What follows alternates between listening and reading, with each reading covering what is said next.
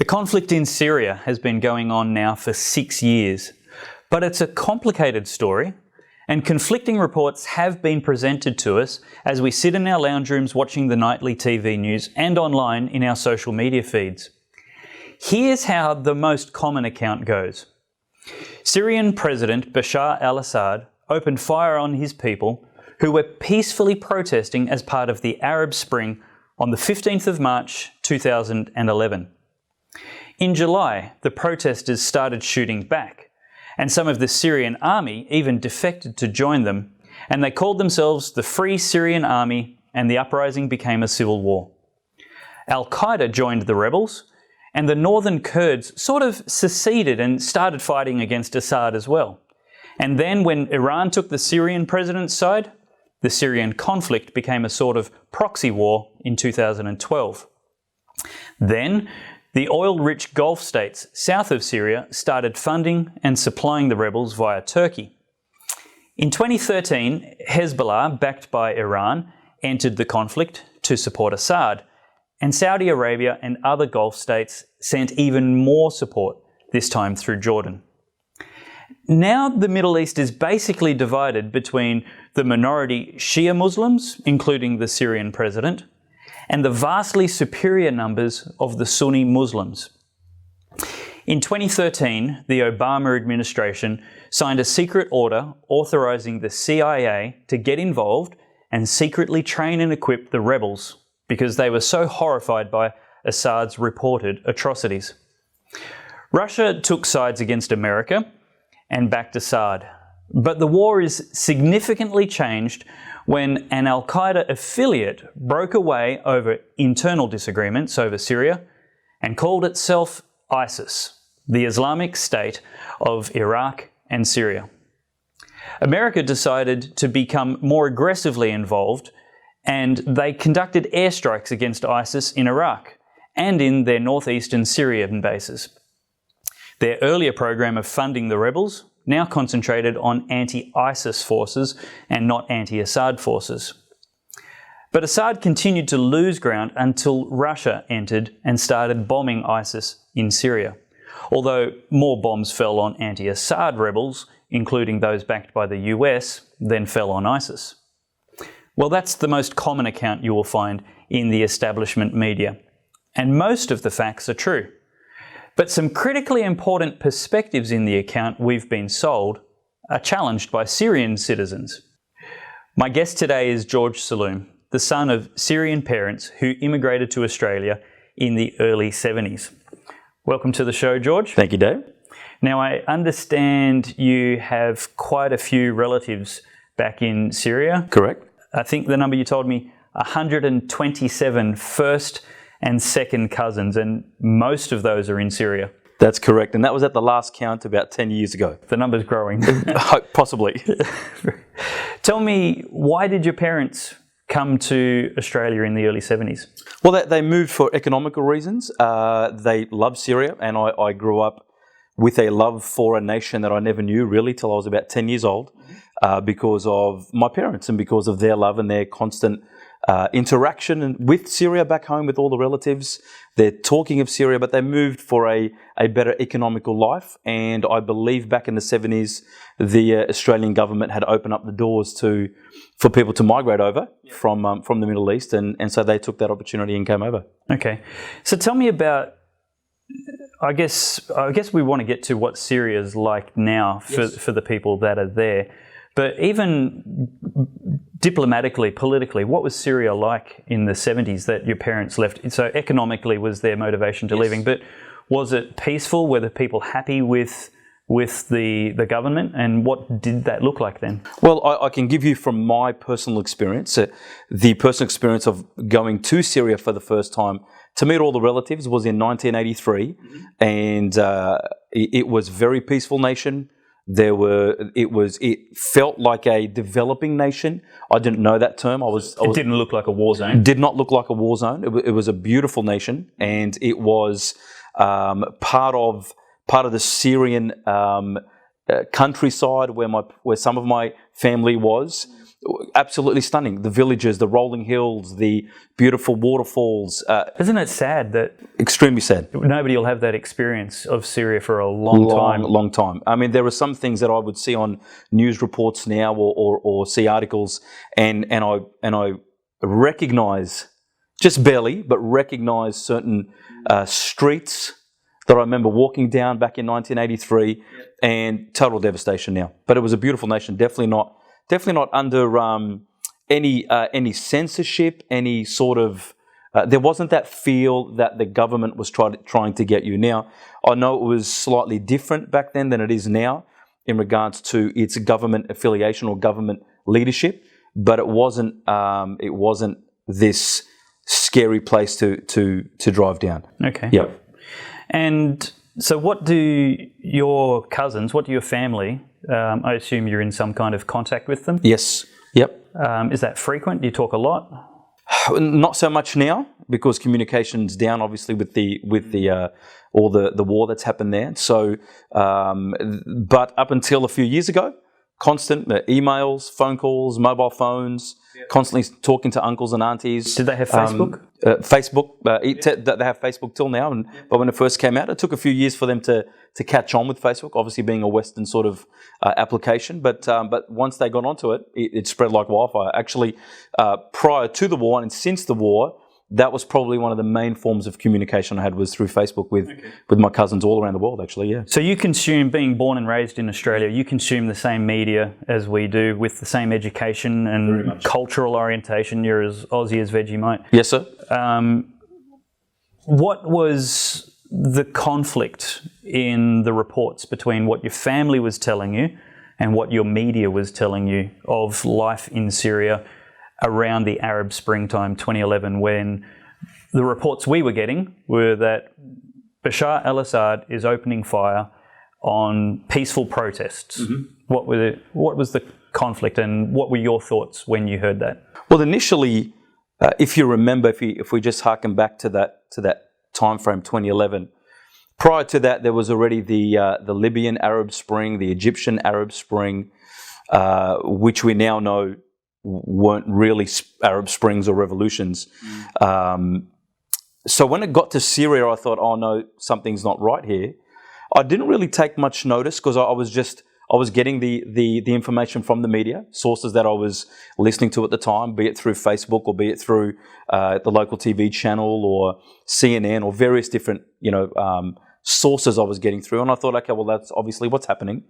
Until I started to actually speak to my cousins in Syria who lived in the north of Syria, so around Raqqa and Aleppo, which were getting directly affected by what was happening increasingly towards 2012, 2013, and ISIS revealing itself. And so the communication with them started to show a complete dichotomy, a very polar opposite view to what I was getting from the mainstream media, what we now term as mainstream media, and what they were saying. And actually my stance initially was, I think my cousins' views are very skewed. I think they're just angry with the Western nations, and so they're just saying things to blame the Western nations. And so I just sort of took it with a grain of salt and didn't listen too much to what they were saying, just trying to be sympathetic with the family, obviously with their plight, but really believed a lot of what I was being fed from the mainstream media at the time. Okay. And do you have specific examples of the stories they told you of how their actual lived experience was different to what we saw? Yeah, I think probably it took a while, but probably about 9 to 12 months after the spring had started. And this is what got me caused a glitch in my mindset, was, you're hearing about the protests going out. You're seeing photos of supposedly hundreds of thousands of people in the streets protesting the government and wanting a revolution, wanting some sort of a new system in the country. And then I would hear from my cousins that, well, actually it was only a few thousand people.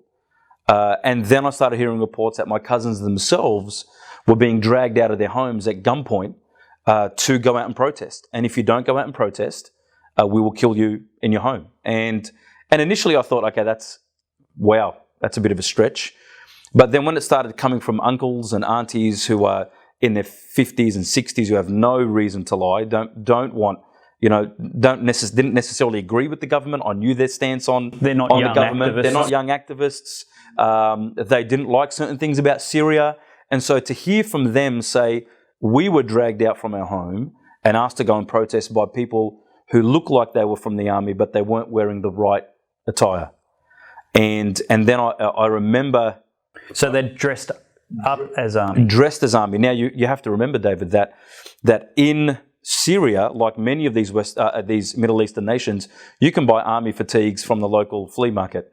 As a matter of fact, in 1983, I remember getting a whole outfit, everything, and brought it back to Australia. Obviously, I didn't wear it too much in Australia because it's not something you would normally see, but every child would wear it there. It was like a badge of honour to wear an army fatigue, so it was quite an easy thing to do. What wasn't easy was to get the badges, obviously the official badges that you would sew onto the uniform. But that's kind of similar here. It's not hard to go to a disposal store and pick up a second-hand army uniform without the badges. Without the badges, right? And so they realised, because they saw so much of the army present. Like right now, if you ask an Australian young person, what does the army uniform look like? They couldn't tell you exactly what sort of badges. But in Syria, the army just roamed freely around the country. You saw them everywhere. And so they knew. And so they knew that these people running into homes or grabbing people off the streets, asking them to go or demanding that they go and protest, something was not right about the uniform.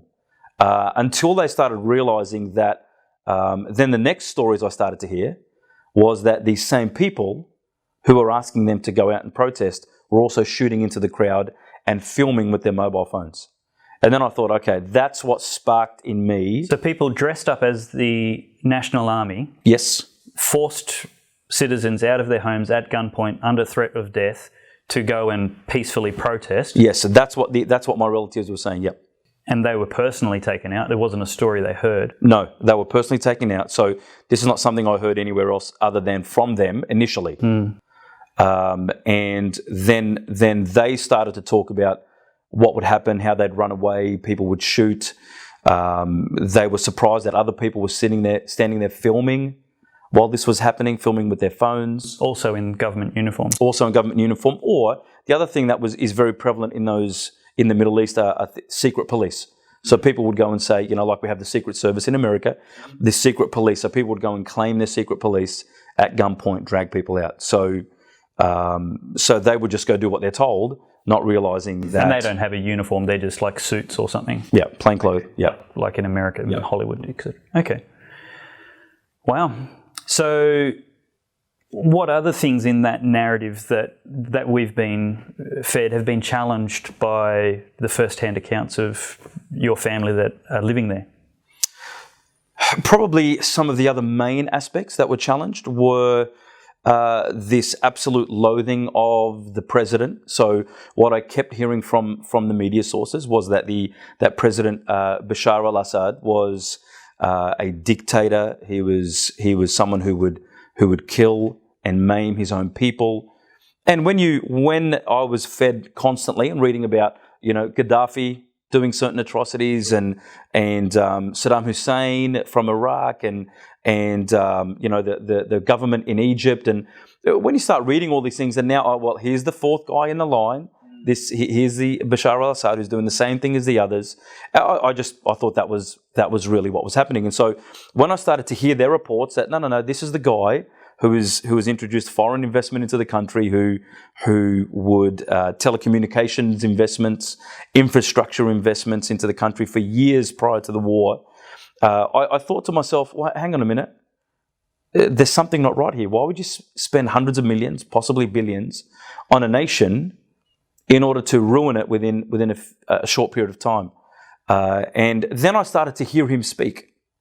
Then I started to hear some of the interviews he was doing, and I thought, this guy does not sound like the dictator, or at best, not the guy who's trying to kill his own nation, destroy his own nation to remain in power. He sounded like a logical, reasonable thinker, who I then thought, and I'm not a supporter of this man. I don't know the man personally, of course, but his logic and reasoning sounded quite good. But I thought, well, either he's a great actor or he believes what he actually says. and is acting on that. And so that was another major dichotomy for me that got me thinking, hang on, something's not right here. So your original disposition to him, would it be fair, do you think it's a little bit racist to just assume all Arabs are the same, all Arab governments are the same, all Arab dictators are the same? I think so. I think it's a little. I think there's a hint of racism. I understand it, mind you. Like for instance, when September 11th happened in 2001, it might not be based on bigotry, but there might be a bit of prejudice, like totally pre-evidence decisions where we're just saying they're the same. Yeah, and look, yes, I agree. Short answer, yes. And I understand why. I don't agree with that ideology. I understand why. For instance, when 9/11 happened in 2001, every time I wanted to go on a plane because of the way I looked, people would look at me funny. And I understand why. I didn't take it as a race. I wasn't attacking people. I made sure I was clean shaven. I made sure I spoke well, because I understood other people's apprehension. Yeah. And so I understand, therefore, when people look at the Arab governments, all of them, they're painted with the same brush. Yeah. But beyond that first impression, we now live in a world where you can't just take that first impression as gospel, and you need to dig a little deeper and go, hang on, Gaddafi looked one way and spoke one way. Saddam Hussein looked and spoke one way. You're talking about military uniforms. Military uniform, rhetoric that they spoke. Ribbons and things going off the chest. Coming off the chest, exactly. Who they surrounded themselves with, their ideology in their discussions. And then when you then compare Assad and you think, hang on a moment. He presents quite modern in a business suit. Yes. Him and his wife, who's highly educated in England, he was educated in England. He's declared Syria to be a secular nation and obviously trying to take it that way. So it was enough for me to stand up. Now that's very important. Right. That they're trying to be a secular nation. Yeah. That's not something to gloss over. No. That's significantly different to all of the surrounding neighbours. Correct. Very much so. And I think to me, it looked like it was a deliberate step that the Syrian government decided to go more secular because I think that they saw the Western world. They saw the Western world's prosperity. They saw the Western world's ability to better the lives of their people. And I think because Bashar and his wife were educated in the West, they brought some of that ideology back over to Syria. Now, mind you, it was his father, from my understanding of reading, that sent him to go and get educated over in the West. So he learnt some of the things that even though his father, Hafez al-Assad, wasn't agreeing with the West, he still saw that, okay, the future needs to change for Syria. This might be the way to do that. And so it's quite obvious that his language is different to the other Arab nations, or majority of the Arab nations, even the ones who are allies to the Western nation, to the Western world. Yep. Even some of the Arab nations who are allies to the Western world, their ideologies are still stooped in non-secular ideology, whereas the Syrian one is theocracy. Yeah. That's right.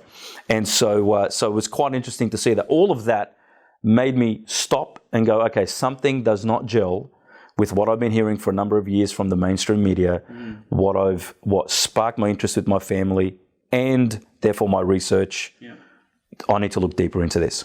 So without us speculating too much, do your family have any conclusions or political opinions about motives and agendas behind the confusion or the portrayal of some of these critical things that we've got wrong in the Western media? Yeah, well, family in the West, so the ones living in Sydney, have got a very strong view of what that is. But more so, I would say the ones in Syria themselves are probably more pertinent for our discussion. Yeah. Their view is that they believe that whether it's the Western nations or the surrounding Arab nations backed by the Western nations, trying to remove a government that no longer wants to be a theocracy and wants to move into a secular type ideology, and therefore, the growth of the people and the nation. I think they believe that because they're not a theocracy anymore, or moving away from that rapidly, that has put a threat to the nations around that region. Now, is there conflict between Syria and Israel? Yes, there is.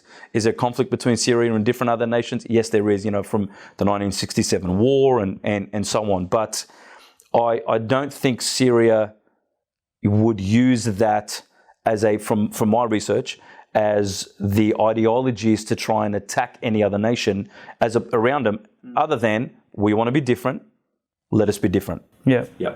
Okay, excellent.